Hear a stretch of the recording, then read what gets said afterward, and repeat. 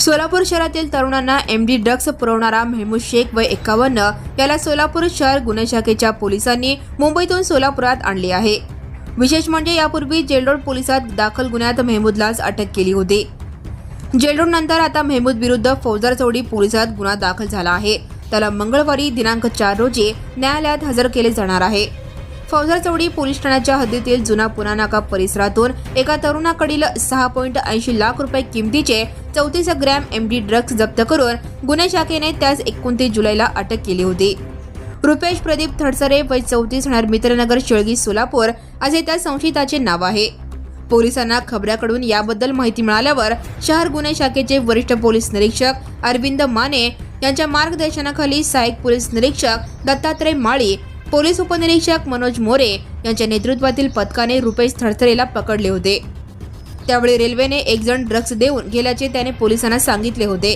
या गुन्ह्यात पोलिसांनी मेहमूद शेख याला मुंबईत पकडून सोलापुरात आणले आहे।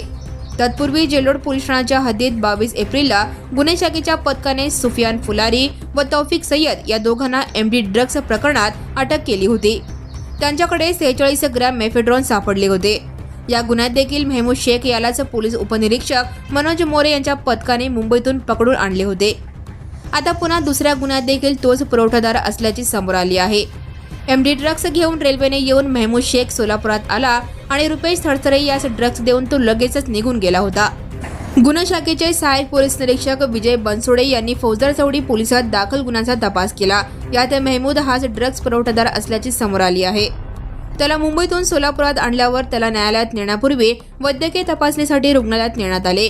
त्यावेळी त्याचं बीपी वाढल्याने त्याला रुग्णालयातच ॲडमिट करावे लागले आहे। डॉक्टरांनी डिस्चार्ज दिल्यावर त्याला न्यायालयात नेले जाईल असे पोलीस सूत्रांनी सांगितले। Now and press the bell icon. Never miss a